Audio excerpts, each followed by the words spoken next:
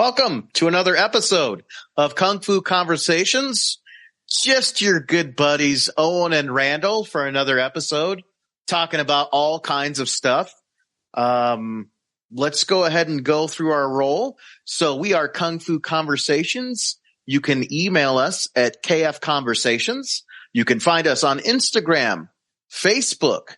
You can listen to our episodes on Spotify, Applecast, anywhere you find a podcast, as well as we have a YouTube channel. We are Owen Schilling and Randel Davis. Owen Schilling of Boulder Internal Arts. Owen, tell us what you have out there so we can contact you.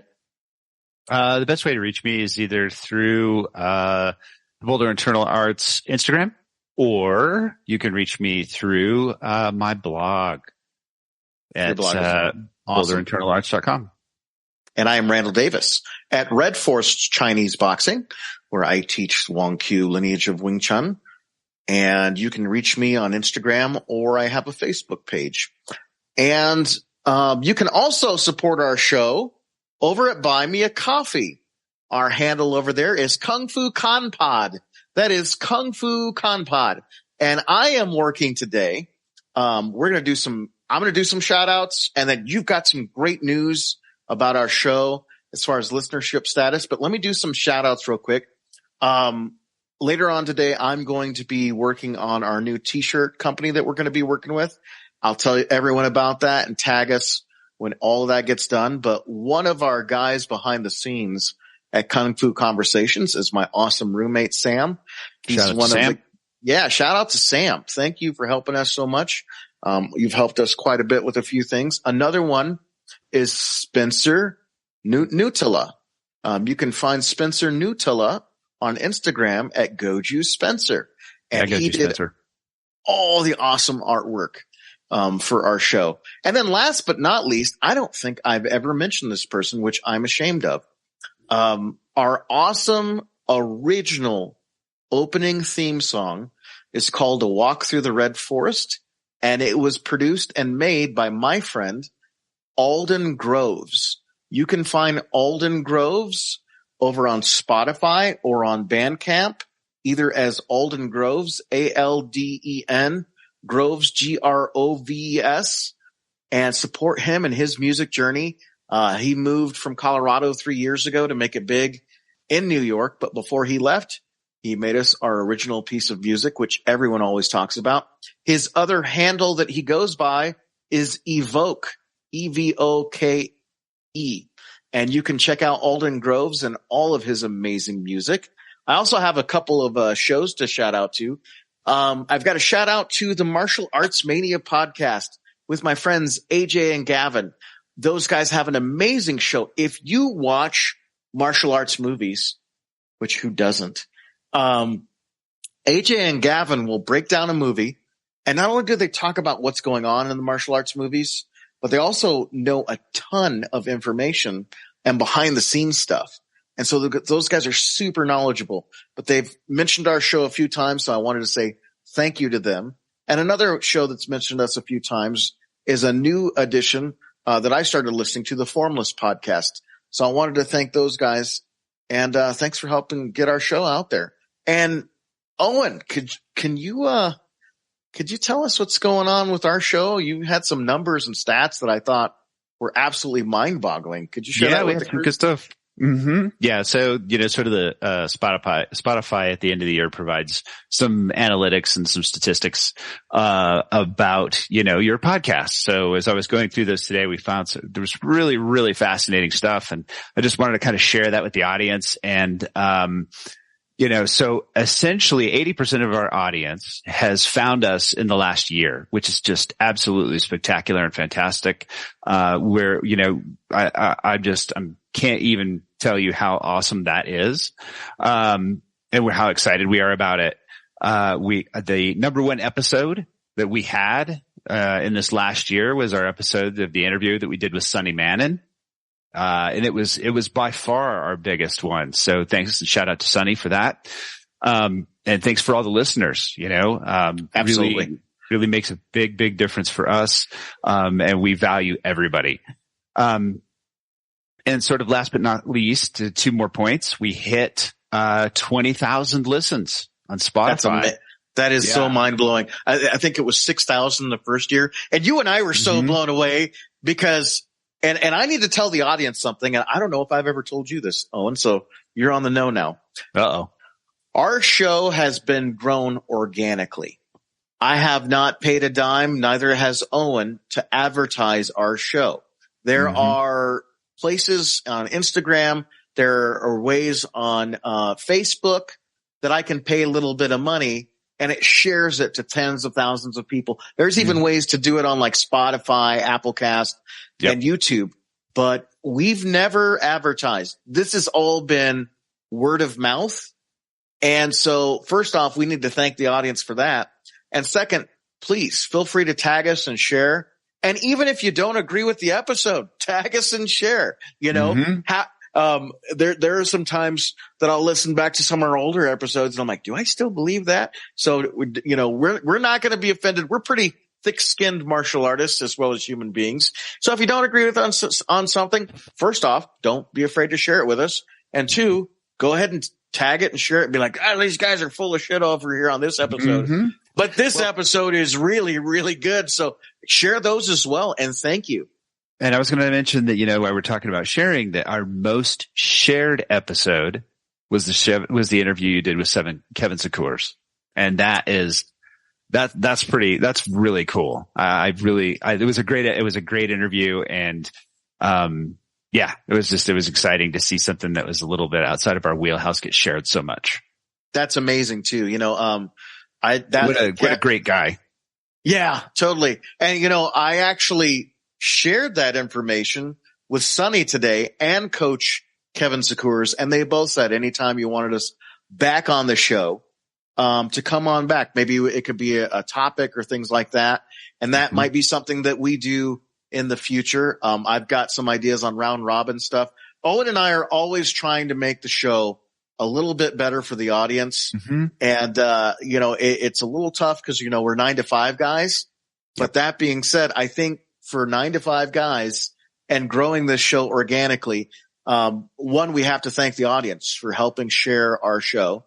And 2, we have a great time doing it. We really do. And I think it's as much fun interviewing people as sharing ideas and chewing on topics just between Owen and myself. So I really enjoy both sides of our show. So yeah. Yep. So thank everybody. Thank you for helping in any way, shape or form. And we really appreciate, your listening.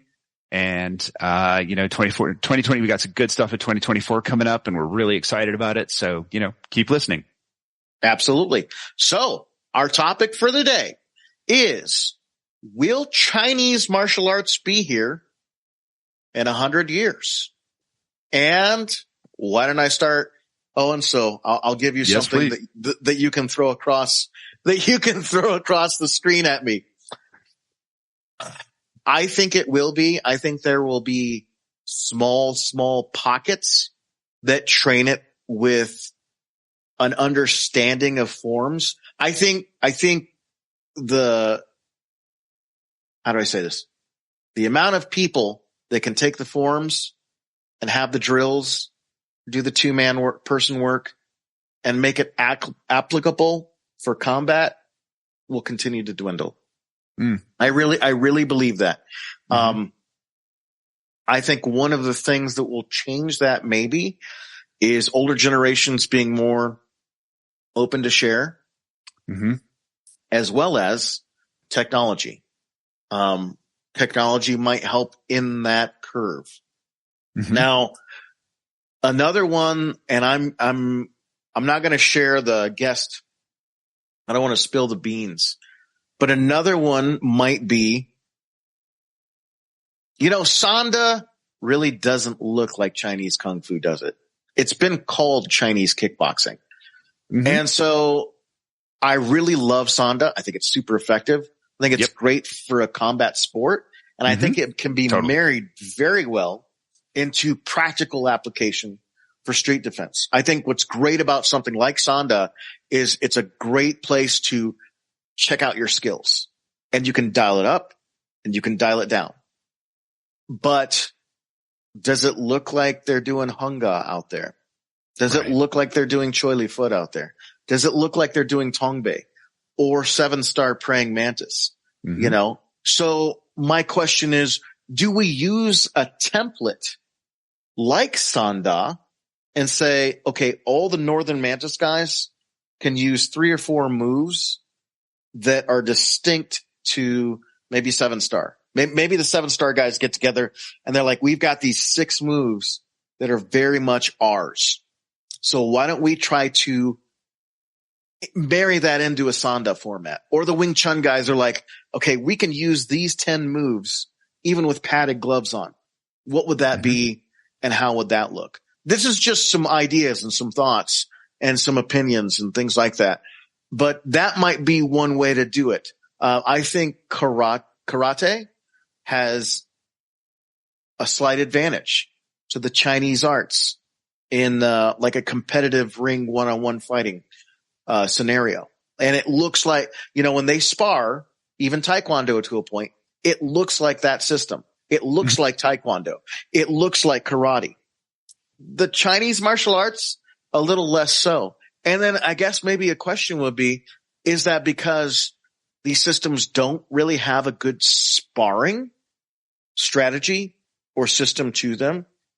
But the reason I bring all these things up are I think these are ways that these classical Chinese martial arts are going to have to transition to have another generation and another generation and another generation continue to find interest in them. I don't know. What do you think about some of that stuff, Owen?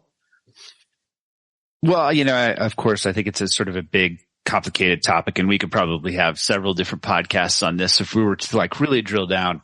But we probably will too, hopefully. I know it's totally possible. We'll just continue the conversation, right?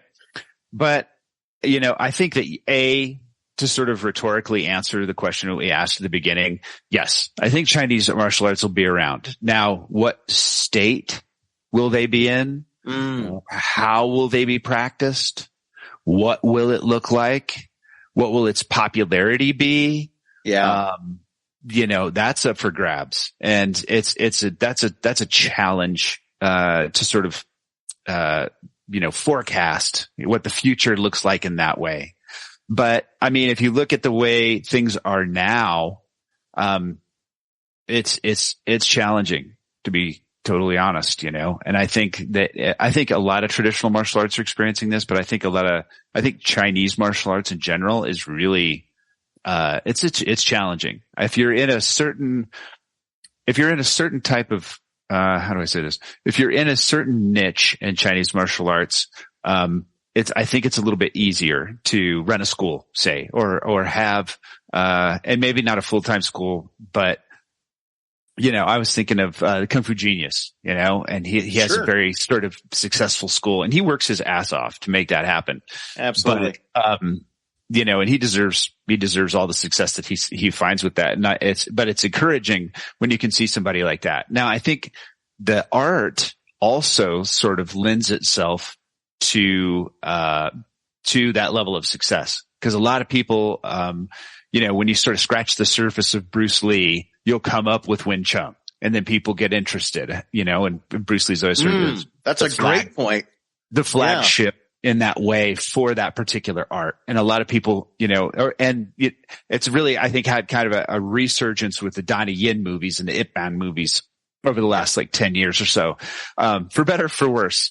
But I think that a lot of, I think there's been an increased amount of interest in Wing Chun. And I don't know if we'll ever see, like a Choi Li Foot movie or a Hunga or a Hung Kyun type of movie come out. At least it's sort of popular, worldwide, as opposed to, maybe in China, you might see that kind of stuff.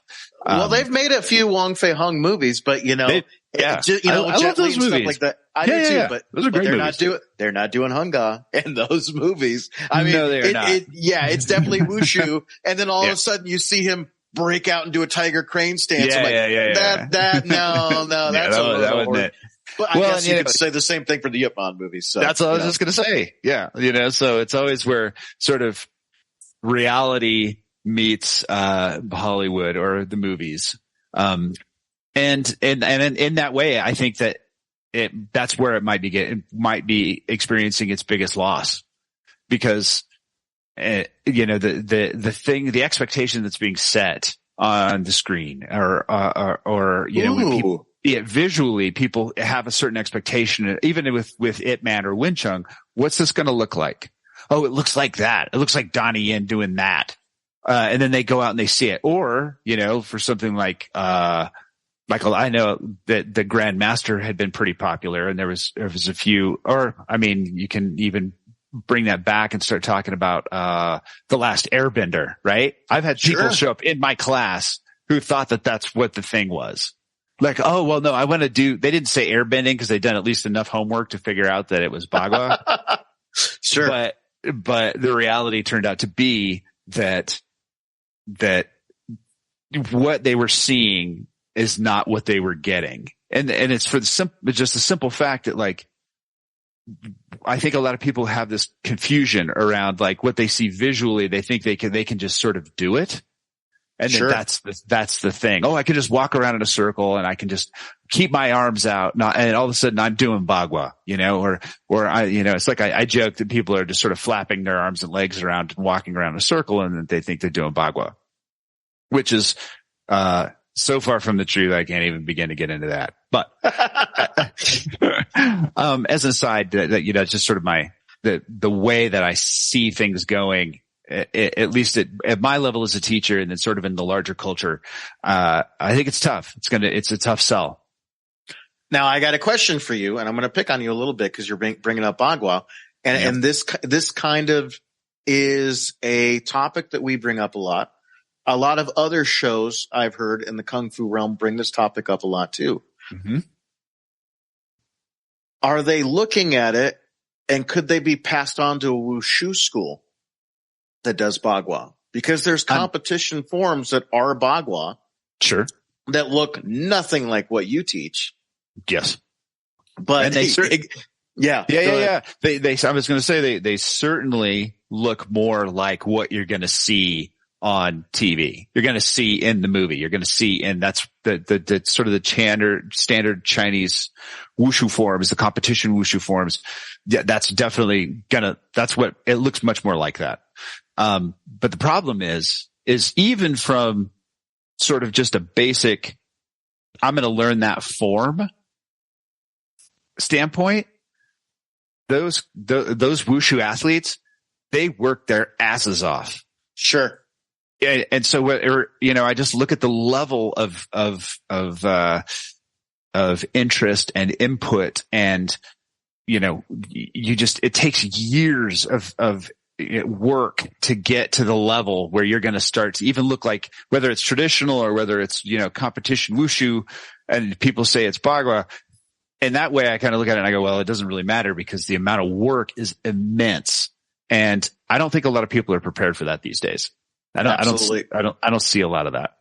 So that's so weird because we're talking about 100 years into the future and hypothetical, but maybe some of the preservation factors are happening now. And that is the breakdown of what Chinese martial arts is into their respective weird different fields. You've got the guys that are like, oh, I want to be like a Taoist monk or something like that. Mm-hmm. Sure. Well, you can go to Wudon and learn that over there. I want to do Shaolin. Okay. You go over to Shaolin and you do that over there. I want to do Sanda. Well, there's a sport fighting aspect of Chinese martial arts. I want to do authentic, classical, traditional Chinese martial arts, whatever the hell that is. And, okay, well, then you're going to have to find somebody in a lineage and then maybe even lineage aside, because sometimes that can be overemphasized. Mm-hmm. How are they training? What does their class look like? Do the beginning students, they're going to look like beginners, but does it look like they have a task that they're working on to get better? And can you tell a wide margin between the students that have been there a long time and the newer beginning students. That sounds weird, but I've gone to classes where people have been there for decades and they don't look that much better than someone that's been there for a year or two. So, so I look at those different things. And so maybe, and then you've got your wushu side of things too. You know, I've talked to and worked with people that practice wushu as well as traditional martial arts, you know, and so maybe one leads to another. So maybe the breakdown of different areas of interests and talking about Chinese martial arts, maybe breaking it into multiple categories might be a way to preserve it. But if we keep breaking it down and breaking it down and breaking it down into subcategory A, subcategory B, subcategory C, and then those categories have subcategories, when does it stop in that breakdown becoming Chinese martial arts? Right. Yeah. I mean, that's a great question. I don't know. And it's tough to answer in the same way that the initial question itself is tough to answer, because it's sort of going to be dependent on how it shakes out. I think that most Chinese Kung Fu, and I don't know, to a certain extent, at least in my experience, this has always kind of been, the truth, is so much of Chinese Kung Fu has sort of a, kind of a, I guess I don't know, a kind of a mystical element to it, I guess. Kind of that, you know, for better or for worse, I think people come to Kung Fu because they have some sort of idea that it's going to create some kind of superpower, or it's going to do, you know, there's going to be some aspect to it that's going to provide them with something that maybe they feel they're missing or they are missing in their lives. And it revolves around sort of, it's just like a Kung Fu movie, you know, you go and you meet the master, and then you do this certain training and you read this certain scroll, or you do something or other. And then all of a sudden it's like, you're like, you know, you're the last airbender. You're that guy or whatever. And I think the harsh reality is that, like you were just saying, there's, you know, you go to a school and you'll see a student that's been there for years and years. And you'll see another student that's been there for a lot less time. And maybe that student who's been there for less time is better. And I think it comes down to, you know, how much work you're going to put in, because that's what it's all about. If you have a good teacher who's willing to teach, then the other part of that is you got to be a good student, and the student's got to be, you know, willing to learn and willing to put in the time, and they've got to be willing to train. And I think that that's a really, really, really important point. You know, what's interesting about that, Owen, is now I'm going to say something, because this is going to get real generalized, and this is a personal opinion because that's what we share. Yeah. I think it's going to be somebody that finds Chinese martial arts. I think it's going to be a lot of these weirdos that are looking for something to practice, and it just happened to be Chinese martial arts. I'm talking about these super hobbyists, like yourself and myself. Yeah. I was just going to say like me. Yeah, exactly. But someone that's willing to put in, I got a couple hours today. I got 4 hours today. I've got 20 minutes today, but I'm doing daily practice, you know, somebody like that. And I think there will be people out there that are driven to pick something up, whether it be a guitar, whether it be Indian clubs, whether it be painting. And whatever that medium is they pick up, they might be like, well, there was a Kung Fu school 3 blocks from me. I went in, I saw the class, I liked it. I liked the other students, and I liked the instructor. That just happened to be what brought me on this road 45 years later. And I practice daily. I think there'll be these weird little niche people that are drawn to it and might not even be Kung Fu people. They just, they need it. They want to practice. They want a practice. It just happens to be Chinese Kung Fu. It could have been yoga. But it could have been something else. Then my question around that is that enough for the arts to survive in 100 years? Yeah, that's really it too. And that I don't know. Yeah. I mean, at least from what I see, it's because, I mean, to really get good, it takes so much time and so much dedication, that, you know, it's like having a second job sometimes. Like when you're really putting in like the real time, that's kind of what it turns into. And I meet so many single people or people who don't have children who are involved in these arts. And I see why, you know, and it's not an exclusionary thing, obviously, because there's tons of people out there who have children and all sorts of lives, and they still come to class and they still do the thing. But, you know, they're still out there and they're still training and learning and all of that. But, yeah, you know, I think that there's always a particular person or type of personality type, maybe, that comes to class and puts in the time. So I got one for you. Maybe 100 years from now, it's going to be what lenses you're looking through. A little bit like I was saying that the arts are broken into sport category, you know, martial category, you know, lineage category, you know, what mountain monk are you training under category? So maybe if it's still alive, it will be, what lens are you looking through? Because we can talk about today. You can go to some people and say Chinese martial arts are dead. They'll say that today. You know what I mean? And there's still people out there putting in the effort and everything to be like, fucking Chinese martial arts are dead. It's a thing of the past. You know what I mean? So some of it might be the lens that you're looking through that, you know, will determine whether or not you think, Chinese martial arts will be dead or has a road to the future for the next generations.